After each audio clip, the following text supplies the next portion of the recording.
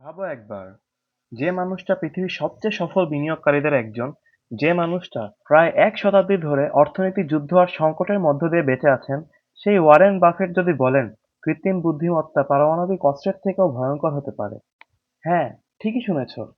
৯৫ বছর বয়সী এই কিংবদন্তি বিনিয়োগকারী শুধু মানুষকে সতর্ক করছেন না, তিনি ভবিষ্যতের জন্য নিজেকে প্রস্তুত করছেন। কারণ বাফেট বিশ্বাস করেন আমরা এমন এক পৃথিবীতে ঢুকছি যেখানে ভুলগুলো মানুষের ঠিক করার আগেই সারা পৃথিবীতে ছড়িয়ে পড়বে। আর তার বিলিয়ন ডলার কোথায় বিনিয়োগ হচ্ছে সেটাই বলে দেয় তিনি ভবিষ্যৎ সম্পর্কে কি ভাবছেন।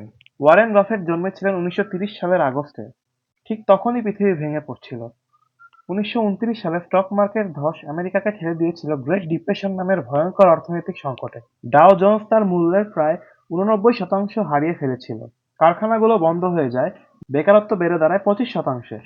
১৯৩৩ সালের মধ্যে অসংখ্য ব্যাংক ধসে পড়ে, লক্ষ লক্ষ মানুষ তাদের সঞ্চয় হারায়। মানুষ শুধু টাকা হারায়নি, তারা হারিয়েছিল তাদের বাড়ি, খামার এবং আশা। এই সময়টাই ওয়ারেন বাফেটের চিন্তাভাবনাকে গড়ে তোলে। ছোটবেলায় বাফেট দেখেছেন বড়রা রাতারাতি সব হারিয়ে ফেলছে, চাকরি, বাড়ি, সঞ্চয়। যখন অন্য শিশুরা বাইরে খেলতো তখন বাফেট লাভ আর ব্যবসা নিয়ে ভাবতেন। মাত্র ১১ বছর বয়সে তিনি প্রথম শেয়ার কিনেছিলেন, আর খুব দ্রুত একটা জিনিস শিখে ফেলেছিলেন, আতঙ্ক শুধু মানুষকে ক্ষতি করে না, এটা পুরো সিস্টেমকেই ভেঙে দেয়। তাই তিনি শিখেছিলেন, যা তোমার নিয়ন্ত্রণে আছে সেটাকে বাড়াও। এমন ব্যবসায় বিনিয়োগ করো যেগুলোর দীর্ঘমেয়াদী সুবিধা আছে, যেমন টোল রোড, যেগুলো সবাই ব্যবহার করে, অথবা কোকা কোলার মতো ব্র্যান্ড যেগুলো মানুষ সবসময় কেনে। এই ধরনের ব্যবসা বড় ধসেও টিকে থাকে, কারণ মানুষ যাই হোক না কেন মৌলিক জিনিসের প্রয়োজন সবসময় থাকবে। কিন্তু যখন কথা আসে এআই নিয়ে, বাফেট এখানে একটি বড় হুমকি দেখতে পান। তিনি প্রযুক্তির বিরুদ্ধে নন, কিন্তু যেখানে অন্যরা সুযোগ দেখে সেখানে তিনি ঝুঁকি দেখেন। কারণ এআই এখন এমন কাজ করতে পারে যেগুলো আগে মানুষ করত, কারখানার কাজ, অফিসের ডাটা এন্ট্রি, এমনকি অনেক সিদ্ধান্ত নেওয়ার কাজও।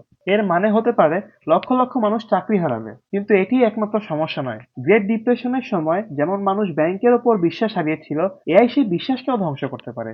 এআই ভুয়া তথ্য তৈরি করতে পারে, ভুয়া পরিচয় তৈরি করতে পারে, এমনকি ভুয়া বাজার পরিস্থিতিও তৈরি করতে পারে।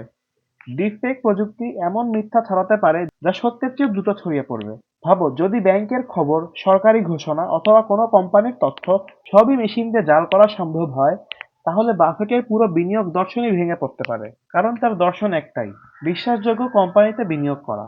যখন বাফেট তরুণ ছিলেন, তিনি কিছু সময় সেনাবাহিনীতে কাজ করেছিলেন, যেখানে তাকে অসংখ্য কাগজপত্র হাতে লিখে সামলাতে হতো। একটি ছোট ভুল, একটি ভুল দশমিক শত শত সৈন্যের বেতন ভুল করে দিতে পারত।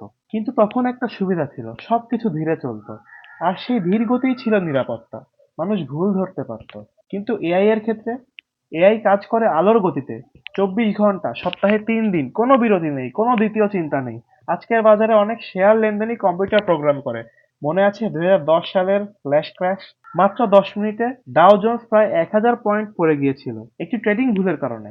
তারপর আবার ফিরে এসেছিল। কিন্তু এআই এর যুগে এমন ভুল বিশ্বজুড়ে ছড়িয়ে পড়তে পারে মানুষ বুঝে ওঠার আগেই।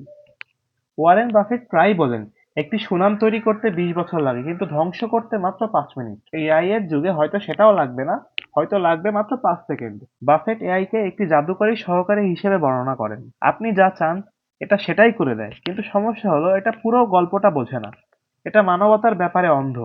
আর যখন শক্তিশালী কিছু অন্ধ হয়, তখন সেটা শুধু ভুল করে না, ভুলকে হাজার গুণ বাড়িয়ে দেয়। এই ভয় তার পারমাণবিক বোমার স্মৃতির সাথে জড়িত। ১৯৪৫ সালে যখন আমেরিকা হিরোশিমা ও নাগাসাকিতে পারমাণবিক বোমা ফেলে, তখন বাফেটের বয়স ছিল মাত্র ১৪ বছর। তিনি দেখেছিলেন কিভাবে প্রযুক্তি মুহূর্তেই পৃথিবী বদলে দিতে পারে। বাফেট প্রায়ই আলবার্ট আইনস্টাইনের একটি কথা উল্লেখ করেন, পারমাণবিক বোমা সবকিছু বদলে দিয়েছে, কিন্তু মানুষের চিন্তাভাবনা বদলায়নি। এই কথাটার মানে খুব গভীর।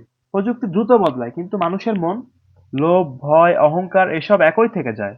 তাই যখন মানুষের হাতে পৃথিবী বদলে দেওয়ার মতো প্রযুক্তি আসে, যেমন পারমাণবিক বোমা অথবা এআই, তখন সমস্যাগুলো আরো বড় হয়ে যায়। মেশিন শক্তিশালী হয়, কিন্তু মানুষ একই থাকে। এটাই বাফেটের সবচেয়ে বড় ভয়। ২০২৬ সালে সিএনবিসিকে দেওয়া এক সাক্ষাৎকারে বাফেট বলেছিলেন, যখন আমরা পারমাণবিক অস্ত্র তৈরি করলাম তখন বোতল থেকে এক জিন বেরিয়ে এলো। এআইও ঠিক একই রকম। এটা ইতিমধ্যেই বোতল থেকে বেরিয়ে এসেছে, এবং এটাকে আর ভেতরে ঢোকানো যাবে না। পারমাণবিক অস্ত্র বানাতে লাগে বিশাল কারখানা, বিলিয়ন ডলার এবং আন্তর্জাতিক পর্যবেক্ষণ, কিন্তু এআই, এটা শুধু সফটওয়্যার। একটা কম্পিউটার আর কিছু কোডই যথেষ্ট। একটি এআই মডেল কপি করো, সামান্য পরিবর্তন করো, আর মুহূর্তে এটা সারা পৃথিবীতে ছড়িয়ে যাবে। পারমাণবিক অস্ত্র ব্যবহার করবে হয়তো কয়েকজন, কিন্তু এআই ব্যবহার করবে লক্ষ লক্ষ মানুষ প্রতিদিন। কারণ এটা সহজ, কারণ এটা সস্তা, কারণ এটা মানুষকে এগিয়ে থাকতে সাহায্য করে। এআই শুধু যুদ্ধ বদলাবে না, এটা বদলে দিতে পারে কাজ, অর্থনীতি, এমনকি মানুষ কি কি সত্য মনে করবে সেটাও। ভাবো যদি একটি ডিপফেক ভিডিওতে দেখা যায় ওয়ারেন বাফেট কোনো বড় কেলেঙ্কারির কথা ঘোষণা করছেন, স্টক মার্কেট মুহূর্তেই ধসে পড়তে পারে, কয়েক বিলিয়ন ডলার উধাও হয়ে যেতে পারে মানুষ সত্য যাচাই করার আগেই। ওয়ারেন বাফেটের পুরো ব্যবসা দাঁড়িয়ে আছে এক জিনিসের উপর, বিশ্বাস। তিনি একটি ব্যর্থ টেক্সটাইল কোম্পানিকে পরিণত করেছেন $1 ট্রিলিয়ন সাম্রাজ্যে। কিন্তু যদি তথ্যই বিশ্বাসযোগ্য না থাকে, তাহলে ব্যবসার মূল নির্ধারণ করাও কঠিন হয়ে যাবে। তাই প্রশ্নটা হলো, এআই কি সত্যি মানুষের সবচেয়ে বড় আবিষ্কার হবে, নাকি এটি আমাদের সেই প্রযুক্তি যেটা আমাদের নিয়ন্ত্রণের বাইরে চলে যাবে? আর যদি ওয়ারেন বাফেটের মতো একজন মানুষ এই ভবিষ্যৎ নিয়ে এত চিন্তিত হন, তাহলে হয়তো আমাদেরও ভাবার সময় এসেছে। Hats off, please subscribe, like and share.